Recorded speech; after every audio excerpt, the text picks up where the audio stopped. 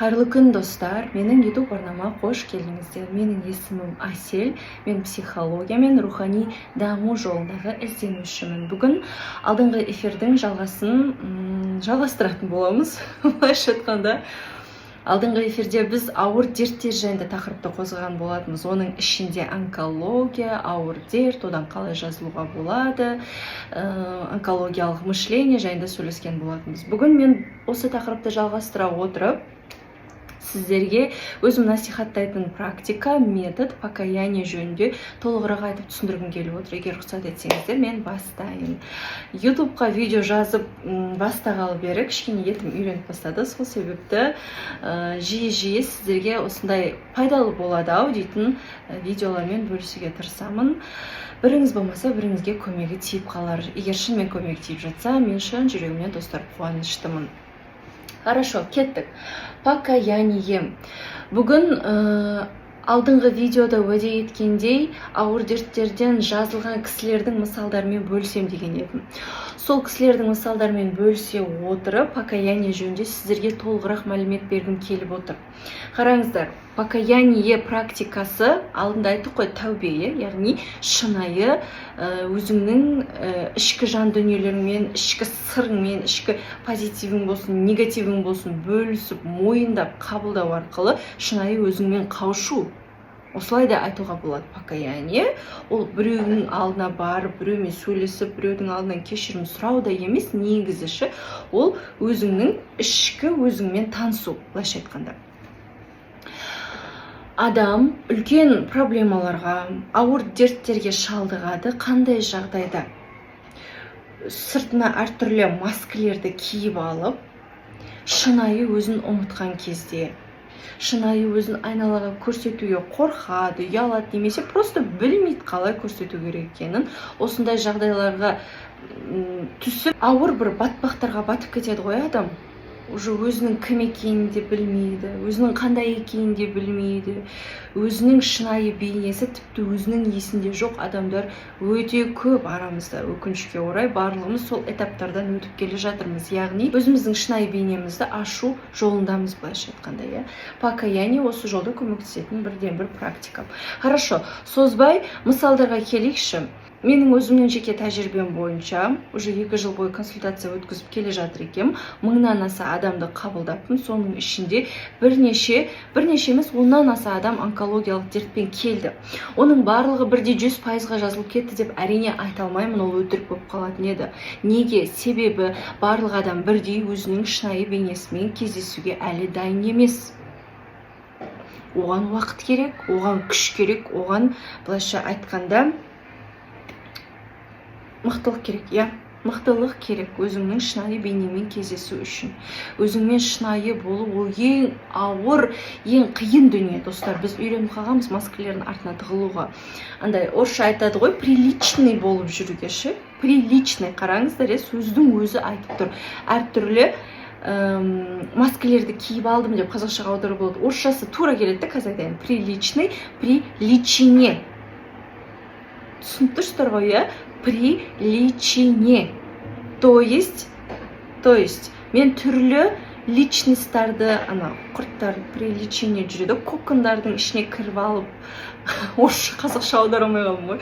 Түрлі маскілерді киіп алып, өзімнің қандай екенімді білмеймін және шынайы өзімді көрсете алмаймын, тіпті өзіме де дейтін адамдар осындай қиын жағдайларға шалдығады.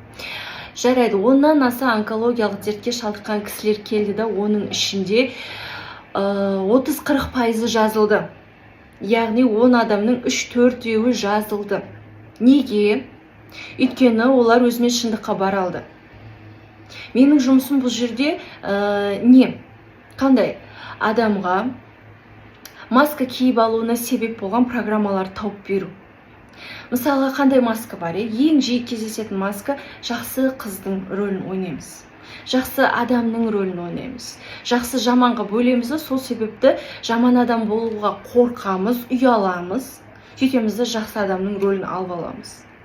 Бірақ, достар, осы жерде мына бір нәрсені есте сақтау керек. Жақсы жаман деген жоқ негізі. Дұрыс емес деген бар шығар, жақсы жаман деген бірақ жоқ. әркімнің өзінің жүріп өтетін жолы бар біріншіден. Әркімнің өзінің үйренетін сабақтары бар. Онымен қоса біз өзіміздің миымыздағы программаларға сай бөлеміз. Жақсы, жаман, дұрыс емес, ақ, қара деп. Бірақ өмірде ақ пен қарадан да басқа түстер бар секілді. Әркімнің өзінің шындығы бар секілді. Достар, осыны естеріңізде сақтаңыздар.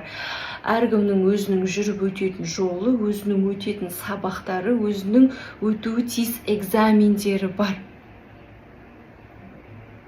Бәрі бірдей бір сценарий, бір шаблон бойынша бола бермейді. Осы нәрсені ұғатын болсақ, осы нәрсені есте сақтайтын болсақ, мен арғарай не айтқым келетінін сіздер түсінесіздер. Менің жұмысым қандай? Алдыма келген адамға, оған шынайы болуға кедергі болып тұрған программаларды тауып беріп көрсету. Сол программаларды емдеу арқылы сол программалардың құлына айналған адамға тәуелсіздігін беру, былайша айтқанда, свободасын беру. Адам неге маска киеді? Еріккеннен ешкім маска кимейді, достар. Біз түрлі программалардың құлына айналамыз да, сол себепті сол нәрседен, сол рамкадан шыға алмай жүреміз. Жақсы қыздың, тәрбиелі адамның, мәдениетті адамның,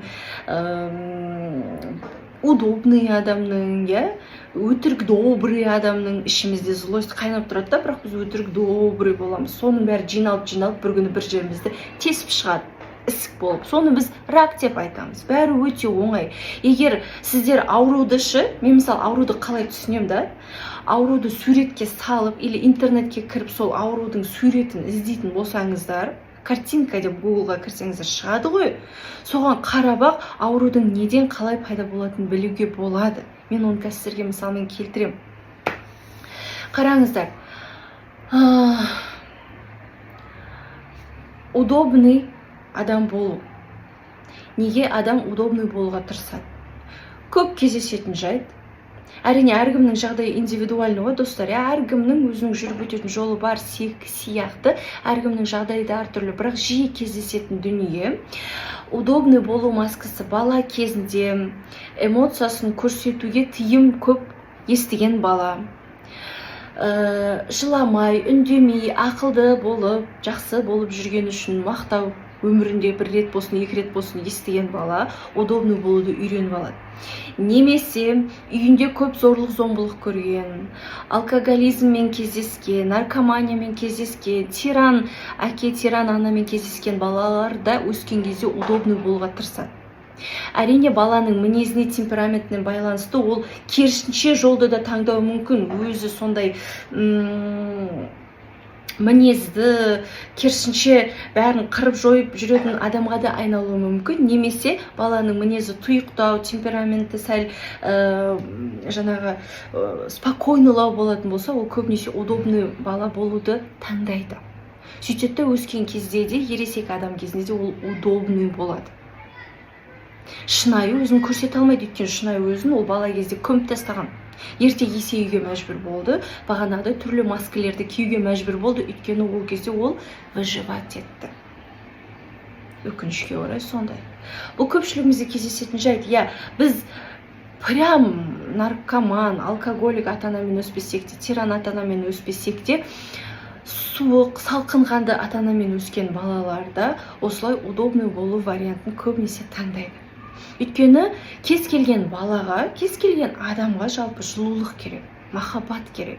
Сол жылулық, махаббатты жай әшейін шынайы өзі болған үшін ала алмағанын білгендіктен, түсінгендіктен кішкентай бала, баланың миы, түп санасы уже соны улавливать ете бастайды. Мен үндемей тыныш отырсам, мама мені мақтайды екен. Мен сабағымды жақсы оқып правильный болсам, папам маған ұрыспайды екен, немесе жылы сөйлейді екен.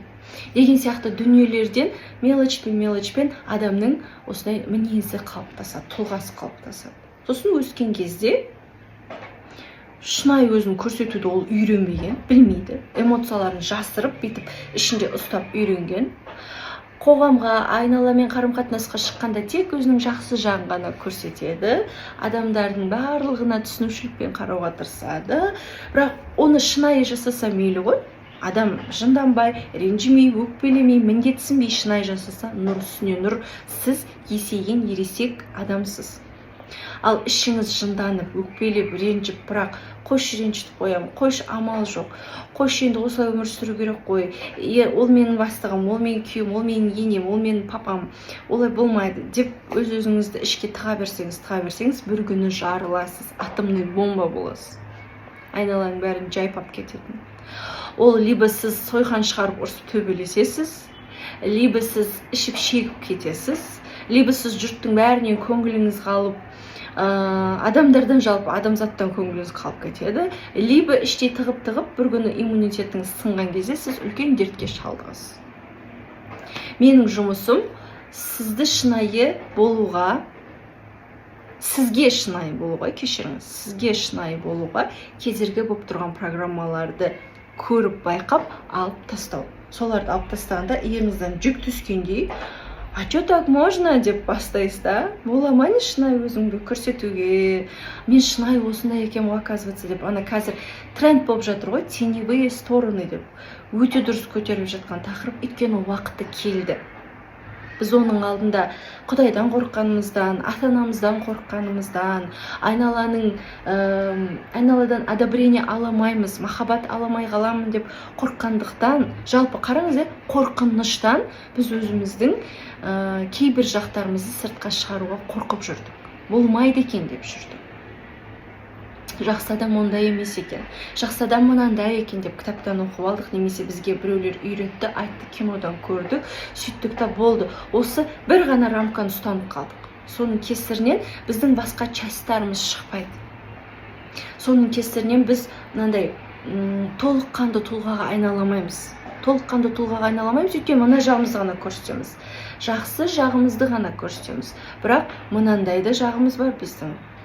Оны көрсете алмаймыз. Өйткені болмайды. Бала кезден айтқан болмайды. Жылауға болмайды, заттарыңды қызғануға болмайды, дауыс шығаруға болмайды, үйтуге болмайды, бүйтуге болмайды. Ұят болады деді. Или қорқытты, то есть. Сол мына екі ин мен янымыз, ағымыз бен қарамыз қосыла алмай жүр. Толыққанды гармонияға толы тұлғаға, адамға айнала алмай жүрміз осының кесірінен, қымбаттыларым. Потому что осындай парадигмада бізді өсірді. Дуальный көзқараста. Ақ-қара, жаман-жақсы, дұрыс емес. Мынаны таңдамайсың, тек мынаны таңдайсың. Болды. Сенің жүріп өтетін жолың осы ғана. Бірақ сен қандай рухсың, қандай миссиямен келдің, қандай предназначениемен келдің, қандай сабақтарды өту үшін келдің. Ешкімнің жұмысы жоқ. Ол ма? Жарайды. Әлем ақ пен қарадан ғана тұрмайды, басқа да түстер бар. Жақсы жаман деп бөлуге болмайды деген дүниені біз миымыз қабылдаған жоқ, қабылдатқан жоқ. Өйткені біз сондай идеологиямен, сондай тәртіппен, сондай қоғамда өндік деген сөзді айтқаным бір жерде орынсыз шығар, өне алмай жатырмыз ғой әлі күнге дейін. Қоғамға қарасаң, 99% бақытсыз, 99% ауру, 100% 100 демей қой, не жарайды, 99% гармонияға жетпеген адамдар. Төрт құбыласы тең болса да бақытсызбын, бақыттың кілті қайда деп жүрген адамдар өте көп. Денсаулығын реттей алмай, бүкіл тапқан табысын дәрі-дәрмекке, врачтарға беріп жүрген адамдар көп. Вообще мүлдем табыс табылмай жүрген адамдар көп. Осының бәрінің салдары шынайы бола алмағандықтың кесірінен. Мен осыны 100% кәміл сеніммен айта аламын. Адам шынайы бола алмаған кезде, ол өзінің шынайы орнында таба алмайды. Отбасы болсын, ол ғашығы болсын, ол жұмыс орны болсын, Абай атамыз айтпақшы, сенде бір кірпіш болып қаланып кет дейді ғой, сөзді айтамай қалым ғой. Кірпіш болып қаланып кете алмай тұрмыз да, өйткені шынайы орнымызды білмейміз, өйткені шынайы өзімізді білмейміз. Мен айтып жүрген покаяние осының кілті, яғни сіздің бүкіл проблемаңыздың кілті шынайылықта жатыр. Өзіңізбен бірінші. Өзіңіздің теневой стороналарыңызды, яғни жаман жақтарыңызды в кавычках қабылдағаннан басталып жатыр. Осы нәрсені істеген адамдар дерттерінен арылады, онкология болсын, спид болсын. Мен тіпті Дмитрий Троцкийдің онлайн клубында өзінің группа крови, бірінші, екінші группа деген бар ғой, қанның. Сол қанның тобын ауыстырып жүрген адамдар білем. Бір емес, бірнеше адам бар. Потому что ол адамда рак крови еді. рак крови білесіздер емделмейді, ни в коем случае емделмейді. Рак кровидан жазылды, қалай өзінің қанының группасын өзгертіп жіберді, қалай мировоззрениесін толыққанды өзгертті, 180 градусқа ол басқа адамға айналды. Квантовый скачок деп жұрттың айтып жүргені, достар, осы. Адам өзінің тағдыр тармағының мына бір тармағында келе жатады да, бұның соңы рак кровимен бітетін еді. Өйткені ол шынайы емес, өзінің жолында жүрген жоқ, түрлі маскалерді киіп алғанның кесірінен мына жолда келе жатыр еді. Чик-чик-чик ойланды, миындағы көп нәрселерді ауыстырды, барлық нәрсесін ауыстырды, тағдырының мына тармағына секірді. Квантовый скачок деп осыны айтады. Мынадан мынаған секіруді айтады. Яғни, егер осы жолмен кете бергенде ол рак кровидан қайтыс болатын еді. Бәлкім 50-де, бәлкім 60-та Құдайдың берген жасын сүретті, кетеді өмірде. Бірақ ол секірді да, мына жақта рак крови жоқ. Мына жақта 90-ға дейін өмір бар. Мына жақта мүлдем басқа тағдыр. Понимаете, квантовый скачок деп осыны айтады. Біздің тағдырымыз, тіпті біздің өлетін уақытымыздың өзін өзгертуге болады екен. Мен бұған кәміл сенімдімін. Өйткені менің өзімнің тәжірибемде 29-28 жасымда, сол бағанағы маған да доброкачественный опухоль деп диагноз қойған кезде, сол кезде как раз нумерология, анау-мынау дегендер мода болып жүрген, хит болып жүрген. Мен ондай нәрселерді жақсы көрем. Сонымен бір кореянка қызға өзімнің нумерологиямен немді санатам. Или астрологиямен. В общем, сондай сандармен қарап санап береді, и болашағымды болжап берді ол маған. Сосын айтты, денсаулығыңа мән бер дей берді. Мен өзім диагноздарымды білемін ғой, бірақ оған айтпағам. Ол айтады, сен денсаулығыңда что-то мына возрастта мынандай болады деп бит келді. Сөйтіп, точно білем, 33 деген возрастқа келген кезде тоқтап қалды ол. Сосын айтты, 33 деген возрастта сенде крутой повороттар күтіп тұр деді, кардинальный изменениялар күтіп тұр деді. Егер соны жасасаң, сенде бәрі жақсы болады, жасамасаң, осылай спатқа кете бересің деп. Сосын мен андай самоирония, самокритика, иногда сарказмда қосылып кетеді, сондай дүниелерді көп қолданам дейма, жақсы көрем дейма, қалай айтуға болады. Сосын мен оған күліп айттым да, не болды 33 жасында өлейін деп жатырмын ба, не түрің бұзылып кетті дейма. Ол кореянка қыз ғой, олар бетке батқыш етіп айта салады да. Өлім деген нәрсені бұл жерде көре алмайсың, бірақ что-то сенде үлкен сондай спат тұр деді. Сонымен қараңыздар да, егер сол картаға сенетін болса, 33 жаста мен бәлкім өмірден өтіп кететін бедім. 32, 33-те, бәлкім 33-ке жетпей. Өйткені қараңызда, 33 деген ол возраст Христа. Яғни, нағыз есейетін возраст. Сен либо есейесің, либо сол бала сознаниямен қаласында, соның нәтижесін көресің. А оның нәтижесі онкология бола ма, жоқ депрессия бола ма, жоқ білмеймін, басқа әйтеуір бір нәрсе болады. Сонымен мен не істедім, ол возрастқа дейін кардинальный изменение мышлениемді жасадым. Өзіммен шынайылыққа енді 100% келдім деп айта алмаймын, әлі күнге дейін жұмыс жасап келе жатырмын да. Потому что масканы шешкен сайын оның астынан үлкен бір маска шығып кетіп жатыр да. И оны шешу әрі қызық, әрі кейде қиын, кейде әртүрлі ситуациялардан өтесің. Жарайды, суть не в этом.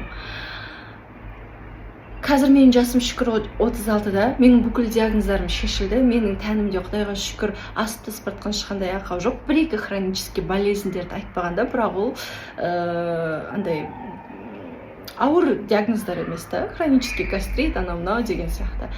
Ал мені қорқытып, мені уайымдататын диагноздарым бәрі 33-ке келмей жатты, бірақ шешіліп кетті. Тіпті 30-ға келмей жатты, шешіліп кетті негізінде. Енді қараңыздар, мен, получается, тағдырымның мына тармағына секірдім ғой. Келсесіздер ма? Секірдім, мен оны білем. Мен оны сезем. Потому что менің өмірім 180 градусқа өзгерді. Сол кездерде, егер маған сен ертең Инстаграмды, Ютубты ашып қойып, осы жайында айтасың, сен психология саласына келесің десе, мен үш ұйықтасам да түсіме кірмеген дүние бұл нәрсе. Өмірімде бұндай нәрсені ойланбаппын, мен осылай адамдарға консультация беріп, еще онкологиядан емделуге көмектесем деп. Менің мамандығым бухгалтер, мен экономистпін, 7-8 жыл сол салада жұмыс жасағанмын. Мүлдем бұл салаға қатысы жоқ адам едім негізі, бірақ бала кезден осындай дүниелерге қызығушылығым болған екен. Жарайды, ол жайында потом айтамыз. Енді қараңыздар, маған келген ханымдардың да арасында рактан жазылған жас қыздар да бар, үлкен кісілер де бар. Олар да не істеді? Тағдырының мына тармағына секірді. Қалай? Арада, біз түрлі дүниелер жасадық. Психопрактикалар жасадық, ананы жасадық, мынаны жасадық, детокс жасадық, бәрін. Мен всегда адаммен жұмыс жасағанда комплексно жұмыс жасауға тырысамын, потому что адам ол үлкен бір жүйеде бір ғана жерін қазу арқылы бүкіл 100%-ық жүйені реттей алу кейде мүмкін болмай қалады. Сол кезде детокс қосу керек болады. По-любому психотерапия қосасың, потому что ана эмоциялар проживать ету керек, іштен шығару керек. Жарайды, бірақ ең маңыздысы мына тармақтан мына тармаққа секірту үшін адамдарды, мен оларды шынайы болуға кедергі болып тұрған нәрселерін алып тастадым. Сен удобный ребенок болған екенсің, давай бүгіннен бастап удобный болмаймыз. Қалай? Сені удобный қылуға мәжбүр болып тұрған мынандай программалар бар. Давай соны мына практикалар арқылы алып тастаймыз, мына техникалар арқылы алып тастаймыз. Біреуін жылап отырып алсақ, біреуін күліп отырып аламыз. Деген сияқты алып тастайсың, адам автоматты түрде өзін есіне түсіре бастайды. Мен негізі осындаймын ғой, мен негізі ешкімге айта алмаймын, бірақ менің мынандай жақтарым бар, мен оказывается ұмытып та кеткен екенмін ғой деген әңгімеден басталады любой дерттің жазылуы. Мен өзіме рұқсат бердім деуден басталады онкологияның емделуі. Ұрсуға рұқсат бердім, жылауға рұқсат бердім, сезімдерімді айтуға рұқсат бердім. Адамдармен сөйлесуге қажет болса, қаламайтын адамдармен сөйлеспеймін, жоқ деп айта алуды үйрендім. Міне осыдан басталады онкологияның жазылуы, достар. Химиядан, операциядан емес. Қайталап айтамын, мен химияға операция қарсы емеспін. Қажет болса ем-домды жасау керек. Параллельно осы дүниені жасасаңыздар вообще идеально. Потому что әр адамның сана сезімі әртүрлі де, как ни крути. Әркімнің эмоциональный интеллекті де әртүрлі деңгейде. Біреуді түсіріп, біреу төмендеткім келіп тұрған жоқ, бірақ это факт. Әркімнің сана сезімі әртүрлі деңгейде тұр. И мен айта алмаймын да, сен операция жасама, химиотерапия жасама, тек кел психология арқылы мен сен 100%-ға емдеп берем деп айта алмаймын. Мен тіпті біраз уақыт бойы онкологияны емдеуге болады деп айтуға қорқып та жүрдім. Бірақ қазір айтып отырмын, өздеріңізге белгілі болғандай. Өйткені неге қорқыттым? Потому что Инстаграмда аздап айтып қоямын, бірақ мынандай YouTube сияқты үлкен платформаға шығып айтуға духым жетпеді. Білесіздер ме, не үшін? Потому что адамдардың сана сезімінің әртүрлілігіне байланысты бұл метод біреуге өтеді, біреуге өтпейді. Кімге өтеді? Ішіндегі нұрын оята алатын адамдарға өтеді. Біздің барлығымыздың ішімізде нұр бар. Біз нұрдан жаратылғанбыз, білесіздер, біз тәнді уақытша қолданып, уақытша арендаға алған рухпыз. Біз адам емеспіз. Адам біздің биологиялық түріміз ғана, вид биологический. Біз рухпыз. Біз Құдайдың нұрлы бөлшегіміз. Ертең уақыты келгенде мен мына тәнді киім ұқсап шешемді тастаймын. Туысқандарым жерлейді, жерде қалады бұл тән. Құдайға баратын тән емес, Құдайға баратын мен рух барам. Нұрлы субстанция. Жан деп айтады, бірақ жан ол бөлек, рух ол бөлек. Жан деген сол рухқа берілген, мысалға Әсел деген адам ішінде нұрлы рух отыр. Менің жаным бар, менің жаным ол осы рухқа берілген, менің мінез құлықтарым, менің жинаған тәжірибеме, әртүрлі ортада жүрдім, отбасым, маған Құдай о баста жаратылғанда сондай бір мінез берді, темперамент берді, интеллект берді, эмоциональный интеллект берді, соның бәрінің қосындысын жан деп айтуға болады. Ал рух ол бөлек. Бұл енді басқа тақырып, оны кейін егер сіздерге қызық болса, комментарияға жазыңыздар, мен бұны бәрін бөлшектеп атомдарға бөліп беремін сіздерге, сол кезде түсінікті болады. Бастысы, мен осы тәнді арендаға алған рухпын. Енді қараңыздар, менің осы тәнімде қандай да бір ақау пайда болса, мысалға онкология, туберкулез, любой грипп, любой ауру, значит, жарайды, онкологияны алайықшы, хорошо. Үлкен ауыр дерт, өлімге алып баратын ауыр дерт. менің тәнімде онкология пайда болса, значит менің нұрлы рухым ұйықтап отыр. Немесе мен оны естімеймін.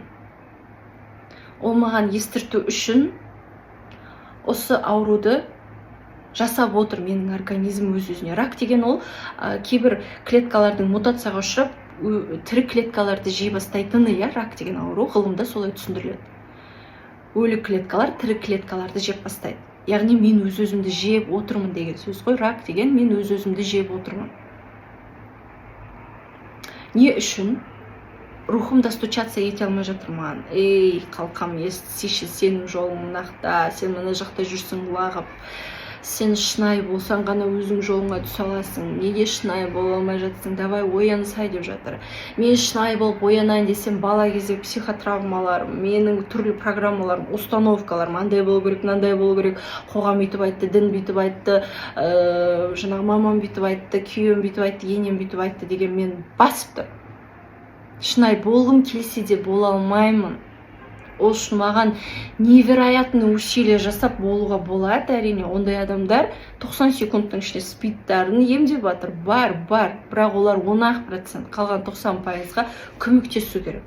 Давай ана программаңды тастаймыз, мына программаңды тастаймыз, ана установкаңды ауыстырамыз. Бұл дұрыс емес, былай да өмір сүруге болады. Тебе можно, жоқ деп айтуға болады, жылауға болады, дауысын шығаруға болады, сөйлеуге болады деп өйстіп жаймен оятасың.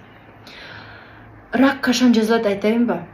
Рак сіздің ішіңізде озарение пайда болады. Дейсіз, ана лампочка жанды деп көрсетеді мультфильмдердегі, киноларда, лампочка деген сөз ішіңіздегі нұрыңыз пуф етіп оянып кетеді да, рухыңыз оянып кетеді да. Сол ракты емдеп тастайды 90 секундта. Неге 90 деп қақсап қоймаймын, өйткені ученыйлар доказали. Мен бұны қазір бассызым тағы ұзақ әңгіме кетіп қаламын, оны басқа рилске, басқа видеоға арнайық. Вот сондай озарение, щелчок болады, сол кезде рак жазылады. Сол кезде иммунитет оянады, ана нұр бүкіл раковый клеткаларды өзі-ақ нұрландырып, өртеп жібереді. Дейсіз ба, нұрландырып жібереді дейсіз ба, болды.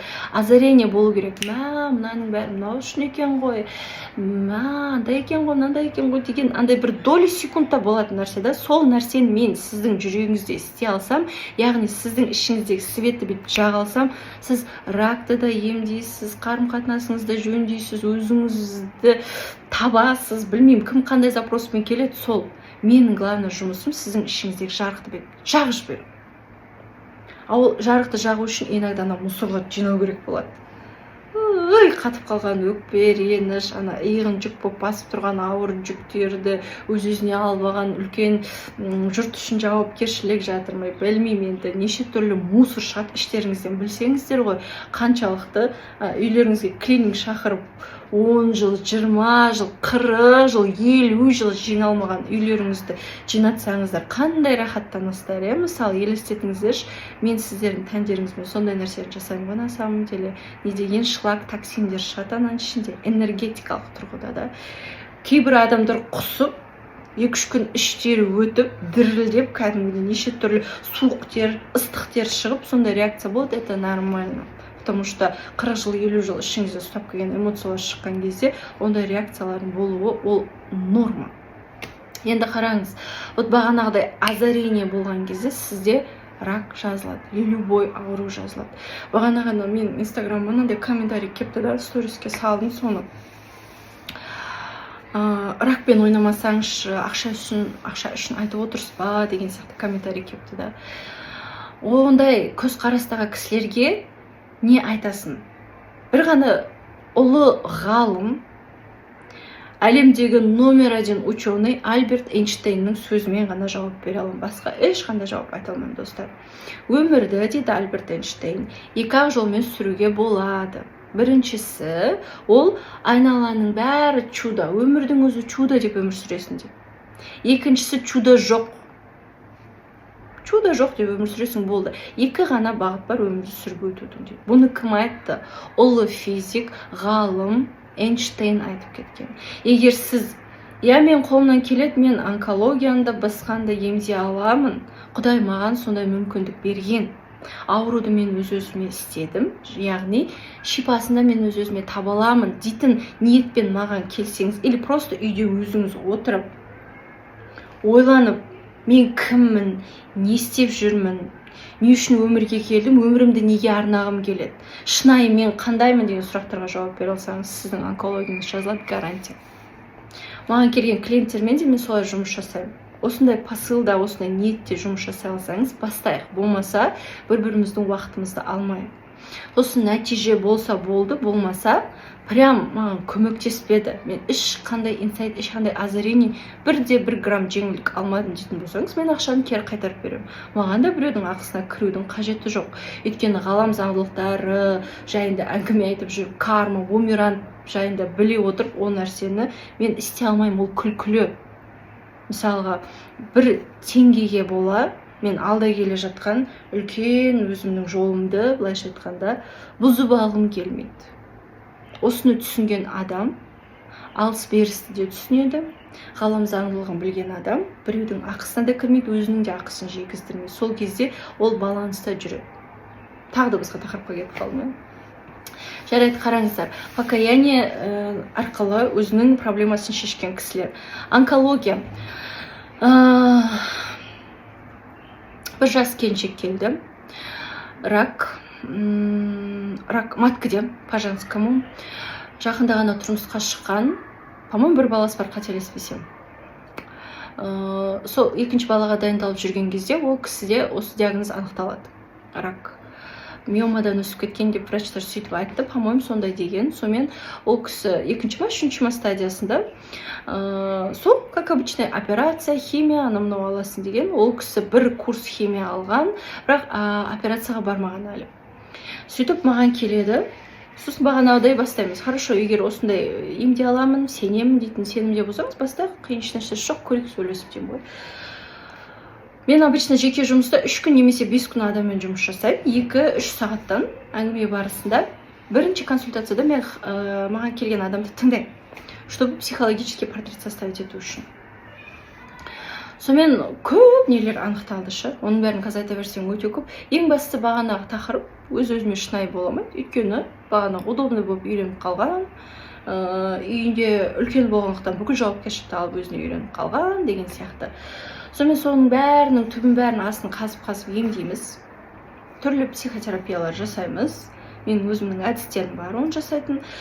Сосын ең соңында мен айтамын, егер сіз құрметті онкологиядан жазылғыңыз келсе, біз қазір 50% жұмысты атқардық. Мен өзімнің қолымнан келетін нәрсені істедім. Енді әрі қарай сіздің қолыңызда. Сіз істеуіңіз керек дейді. Сөйтіп покаяние түсіндіремін.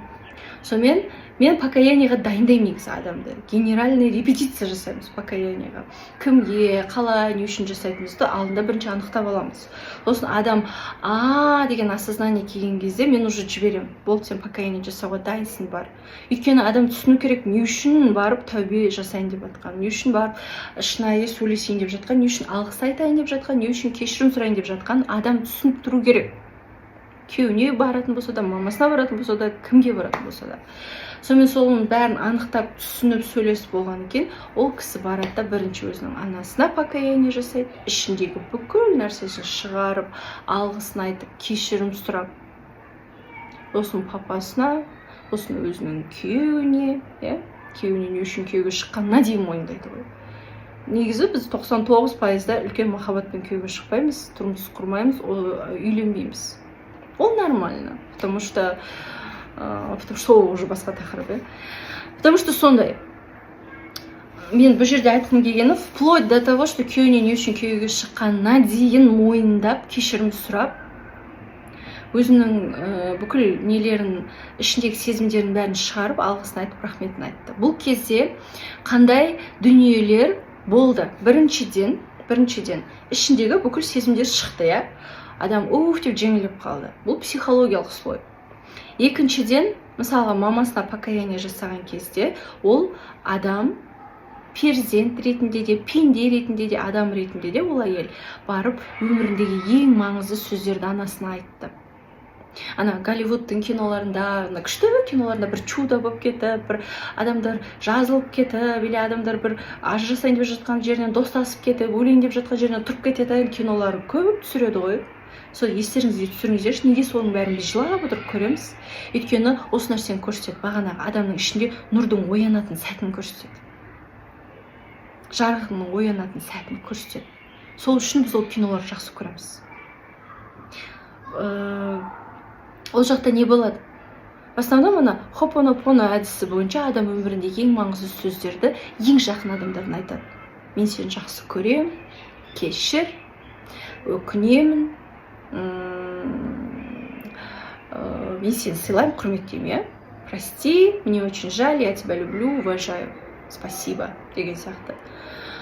Бұл әдісті де білесіздер, бұл әдіс арқылы кезінде бүкіл больницадағы ауырып жатқан адамдарды емдей алған осы хопонопоно әдісінің авторы, есімі қазір есімде жоқ, врач кісі. Енді қараңыз, бағанағы онкологиямен ауыратын ханым өзінің анасына барып маңызды сөздерді айту арқылы перзенттік парызын өтеді. Анашым, сен мені кешір, саған алғыс айтам, мынау үшін кешірім сұраймын, мынау үшін алғыс айтам.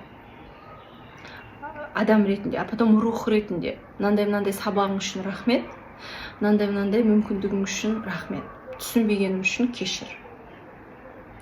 Перзент ретінде парызын орындады, әрі рух ретінде де кармасын үзді. Ең маңызды сөздер ең жақын адамдар арасында айтылған кезде арадағы карма үзіледі. Яғни кешір, мен сені жақсы көрем, барыңмен қабылдаймын, мен сені сыйлаймын, құрметтеймін. Арамыздағы махаббатсыз болған дүниелердің барлығы үшін мен сенен кешірім сұраймын дейтін бұл ең маңызды сөздер. Әйел мен күйеу бір-біріне айту керек. Анасы мен қызы, әкесі мен ұлы, бауырлар, құрбы-құрдастар, анасы мен баласы, сіздің өміріңіздегі ең жақын адамдардың барлығына осы сөздерді айту сіздің өміріңіздің міндеті, мақсаты. Кез келген адамның өмірінің міндеті, мақсаты. Бірақ біз бұл сөздерді өкінішке орай айтпаймыз. Айта бермейміз. Ісімен көрсетіп жатырмын, ол и так-та біледі, жақсы көретінді. Біздің семьяда олай ешкім бір-бірімен сөйлеспейді, ол кинода ғана ғой дейді. Сол үшін кинода ғана чудолар болады, сіздің өміріңізде чудо жоқ, потому что сіз элементарный нәрселерді жасамайсыз. Бірақ осындай элементарный нәрселерде маңызды дүниелер жатады. В мелочах кроется либо Бог, либо дьявол дейді. Мелочей в жизни не бывает. Осындай дүниелер ең маңызды дүниелер. Анасы мен қызы кармасын үзді. Бір адаммен кармаңызды үздіңіз ба? Сіз былай елестетіңіз. Мынау тағдырыңыздың тармағында тұрсыз ғой, онкологияның өлетін. Бір адаммен кармаңызды үзу, мына келесі тармаққа секіруге мүмкіндік береді. Квантовый скачок жасауға мүмкіндік береді. Неге? Өйткені сіз мына жерде тұрған кезде мамаңызбен кармаңызды үзбедіңіз, карма жібі сізді ұстап тұр. Бұл жерде еще папа бар, күйеу бар, бауырлар бар, бала-шаға, ата-ене көп. Бәрі бет ұстап тұр. Карма, жолыңыз жауып тұр, қазақша айтқанда, жолыңыз жабық. Мамаға барып, өмірдегі ең маңызды сөздерді от души айттыңыз да, міне бір жіп үзілді, жолыңыз ашылды. Папаға, анаға, мынаған айттыңыз, болды. Сіз ешнәрсе істеп тұрған жоқ, карма жіптерін үздіңіз, карма жіптері болады. Яғни біз бір-бірлерімізге қарызбыз.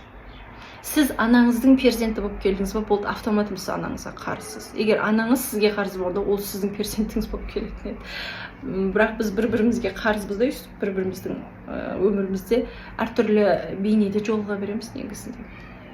Ол реинкарнациялық сценарийлер туралы мен сіздерге келесі видеоларда айтатын боламын, потому что өте маңызды тақырыптар қозғалады. Мен регрессологпын, регрессиялық гипноз терапияларында жасаймын. Жеке жұмысқа келген кісілердің барлығына осы терапияны міндетті түрде жасаймын. Өйткені біз осы өмірдегі болып жатқан кейбір жағдайлардың өзегін оның құрсақтағы кезеңінен тауып аламыз, оның өткен өмірлерінен тауып аламыз. Сол себепті бұл өте маңызды терапия. Мен өткен өмірге сенем, оған кәміл сенімдімін. Почему-то білмеймін неге екенін. Менің басымнан өткен тәжірибелерді сіздер естісеңіз, сіздер де сенесіздер. Өйткені айтатын тақырып өте көп, келесі видеоларда айтайын. Хорошо. Потом папасына покаяние жасады, шынайы сөйлесті және өмірінде ең маңызды сөздерді айтты. Мына тағдырдан мына тағдырға секірді, тағы да бір қадам жасады. Сосын күйеуіне, сосын балаларына, бауырларына деген сияқты барады, ең маңызды сөздерді айтады. Мен осындай қиын жағдайларға түскен адамдармен бір шетінен жұмыс жасағанды ұнатамын да, өйткені оларда уже днода отыр да, былайша айтқанда болды, ары қарай біледі ғой онкологиядан емнің жоқ екенін, былайша айтқанда, иә. 10% жазылады, 90% ем жоқ екенін біледі адам. Сол себепті не айтсаң да жасауға дайын тұрады да. Ал онша майда шүйде проблемалармен келген адамға айтсаң, дейді да кетіп қалады. Пока не приперло, істемейді адам негізінде ше. Өкінішке орай біз сондаймыз. Әсіресе біз қазақ менталитеті сондаймыз. Өліп бара жатқан кезде ғана істейміз да, оған дейін жүре береміз. Как будто біз 1000 жыл өмір сүретін адам ұқсап, как будто біз там өлмейтін адам ұқсап жүре береміз. Сол себепті айтасың, істегеннен кейін нәтиже болады. Карма тақырыбын алатын болсақ та, карманы осылай үзуге болады. Тек шынайы сөйлесу арқылы ғана. Шынайы алғыс шығады қашан? Шынайы сөйлескен кезде ғана. Шынайы кешірім сұрау шығады қашан? Шынайы өзіңді көрсетіп, шынайы сезімдеріңді айтқан кезде ғана сен шынайы кешірім сұрайсың. Атак барып алып, мысалға, рактан жазылғым келеді, кешірші, мен сені жақсы көремін, мен сені сыйлаймын, құрметтеймін, арамыздағы болған барлық нәрселер үшін, біліп-білмей жасаған қателіктерім, күнәларым үшін кешірім сұраймын десеңіз, ол покаяние емес, ол әшейін бос сөз. Ол бос сөз сізге ешқандай мына жеріңізге озарение бермейді, сіздің нұрыңызды жақпайды, оятпайды. Үйтетін болса, бәрі сөйтіп проблемаларын шешіп жазылып кете береді. Жоқ, сізге андай озарение болу керек адамда. Түсіндім дейтін нәрсе болу керек, сезіндім дейтін нәрсе болу керек. Вот айтады ғой, мысли материальны деп. На самом деле не мысли материальны, наши чувства материальны. Адам бір нәрсені сезініп, шынымен қаласа ғана сол орындалады. Сол үшін Джо Диспензаның медитациялары шынымен мықты результат береді. Өйткені ол сезіндіреді. Я Джо Диспензаны білесіздер ғой, өзінің ауруын емдеу үшін ол инвалидный коляскаға отырып қалған, жүре алмайды. Жарты жыл ма, 1 жылдың ішінде ма жүріп кетеді. Өйткені күнде отырады да 2 сағаттан елестетіп, сезініп, жылап отырып сезінеді екен, өзінің аурудан жазылып кеткен. Бұл да емдеудің, өз-өзіңізді емдеудің бір жолы. Шынымен нәтиже беретін жолы. Ол үшін күніне кем дегенде 2 сағат отырып сезіну керек соны, жан тәніңізбен. Рактан емделіп кеткеніңізді жан тәніңізбен сезінесіз күнде 2 сағаттан. Жазыласыз міндетті түрде. Немесе барасыз кармаңызды үзесіз. Барып покаяние жасайсыз. Покаяние іштегі сезімдердің бәрін тазалауға көмектеседі. Психологиялық слойда бұл осылай күшті эффект береді. Неге покаяние көмектесетінін түсіндіріп жатырмын сіздерге. Сосын карманы үзуге көмектеседі. Сосын ең бастысы өзіңіздің рөліңізге түсуге көмектеседі. Мысалға, маманың алдына барғанда сіз учитель, ұстаз, сыншы, мінші бола алмайсыз, покаяние жасаған кезде сіз автоматтан перзент рөліне түсесіз. Бауырларыңыздың алдына барғанда покаяние жасаған кезде сіз оларға психолог, жаңағы сыншы, мінші, судья болып кетпейсіз, спасатель, жертва болып кетпейсіз. Ол жерде автомат түрде бауыр рөліне түсесіз. Мені өзіңіздің рөліңізге түсесіз. Әр адамның алдына барғанда өзіңіздің рөліңізге түсесіз. Сол арқылы сіз өз-өзіңізбен шынайы боласыз. Сол себепті мен 100% сенімділікпен айта аламын, покаяние кез келген проблеманы шешеді. Қай деңгейде қарасаң да бұл дәлелденіп тұр да, психологиялық слойда эмоция шығарады. Карма тақырыбын, карма несін айтатын болсаң, карманы өседі. Ғылыми форматта сөйлейтін болсаң, іштегі бүкіл сезімдерді шығарып, хопанопоно әдісін қолдану арқылы сен өзіңнің жаңағы тәніңе приказ бересің, миыңа приказ бересің. Все, бүкіл шлактарды, мусорларды тазаладым, дальше можно жить деген приказ бересің. Я пришла к себе, мен өз-өзіме келдім, мен өзіммін, ары қарай өзім жолымда жүре аламын дейтін приказ бересің, болды, организм емделеді. И сосын покаяние жасайтын алдын біз бағана программалар тазалаймыз ғой. Сол кезде адамның миындағы дұрыс емес программалар тазаланады ғой. Покаяние вообще мидағы дұрыс емес программаларды алып тастайды. Өзі, по факту. Сол арқылы сіз әлемге мен біреуге міндеттімін, мен удобный қыз болуға міндеттімін, мен қолымнан ешнәрсе келмейді, ой, мен точно жазыла алмаймын деген сияқты, или мен қорқақпын, мен әлсізбін, мен лайықсызбын деген сияқты фильтрлеріңізді алып тастайсыз да, тазалайсыз да покаяние арқылы. Сол кезде сіз дұрыс фильтрмен әлемге қарай бастайсыз. Әлем жақсы, әлем әділетті, әлем мені жақсы көреді, мен де әлемді жақсы көремін. Значит, маған бұл әлемде орын бар деген дүние адамның иммунитетін оятады. Иммунитет деп айтасыз. Мен оны нұр деп айтамын. Адамның нұры оянған кезде жарығы, иммунитет автомат түрде күшті болады. Ол любой ауруды өзі-ақ жеңеді, достар. Мен бұны айтудан шаршамаймын және қорықпаймын. Спокойно осы нәрсені жасаған адам өзінің кез келген проблемасынан жеп-жеңіл әдемі түрде және хайырлы түрде шыға алатынын білем. Хайырлы түрде шығу өте маңызды. Хайырлы түрде деген сөз сізге бар жағынан пайдалы, икемді жолы да, жеңіл жолы. Ол қалай болады? Сіз кармаңызды үзген кезде болады. Сіздің ешкімге қарызыңыз жоқ, болды, сіз үзесіз. Мысалға, онкологияны айтпағанның өзінде менде бір емес бірнеше рет болды да, өзінің ұлдарын, аналары келеді да, өзінің ұлдарының игроманиясын емдеген аналар бар. Бір емес бірнешесі. Қалай? Мамасына, папасына, күйеуіне, ата-енесіне покаяние жасап болған кейін ең маңызды өздерінің сол игроман ұлдарына барып покаяние жасайды. Негізі игроманияға ұл бала кіріп кетеді. Үлкен көп жауапкершілікті мойнына ата-анасы, әсіресе анасы іліп қойған кезде. Бірінші вариант. Екінші вариант, ол баланы как есть қабылдамаған кезде, ол бала бір нәрсе дәлелдегісі келеді, тез арада жетістікке жеткісі келеді, өзінің әулетінен жарып шығып сондай бір адам болғысы келеді. Әрине ол баланың жерде өзінің де эгосы, анау-мынаусы тұр, бірақ ең главный өзегі осы жерде анасы үлкен көп жауапкершілік артып қояды. Ол жағдай көбінесе үйінде папалары өзінің рөлінде болмайды, әке деген мықты тірек жоқ, күйеу ретінде өзінің еркегін сезіне алмаған кезде әйел автоматты түрде подсознательно сол жауапкершілікті, сол вниманиенің бәрін ұлына беріп қояды. Ал ондай жауапкершілікті ешқандай ұл көтере алмайды, сөйтеді да, бағанағы жүктен арылу үшін ол игроманияға кетіп қалу әбден мүмкін, ойын құмарлыққа.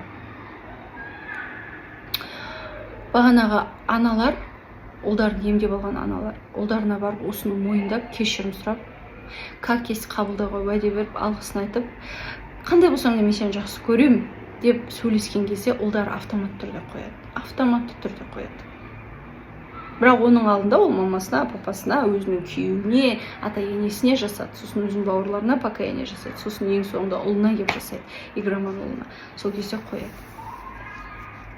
Даже осындай проблемаларды шешуге болады. Алкоголизм оңай шешіледі негізі. Просто айту оңай да, бірақ істеу қиын, достар. Адам өзімен шынайылыққа келу өте қиын нәрсе. Бірақ осыны істеген адамның өмірінде чудалар бірінен бірі болады. Бағанағы Альберт Эйнштейннің айтқанындай, сіз өміріңізді ғажапқа айналдыра аласыз, проблемаларды шеше аласыз. Бүгін мысалдардан гөрі сіздерге покаянияның алгоритмін тағы түсіндірумен айналысып кетіппін. Ендігі видеода тек мысалдармен бөлісетін боламын. Қазірдің өзіне уже 50 минут болып қапты. Ютубқа ұзақ видеоларды загружать ету қиындау екен. Сол себепті осылай қысқа-қысқа айтып саламын, хорошо? Менімен бірге кешіріңіздер. Менімен бірге болғандарыңызға рахмет. Сәл де болсын пайдалы ақпарат бере алдым деген үміттемін. Ең бастысы жеткіздіре алдым, түсіндіре алдым деген үміттемін. Пайдасы тиіп, өздеріңіздің өмірлеріңізге бір инсайт алып, бір жақсы ой алып жатсаңыздар, мені қолдап, осы видеома лайк басып, комментарий жазыңыздар. Осыны сұрау керек екен, оказывается. Сонда кезде ғана YouTube продвигать етеді екен бұл видеоны. Жалпы хайырлы болсын, пайдалы болсын. Келесі видеоларда кездескенше.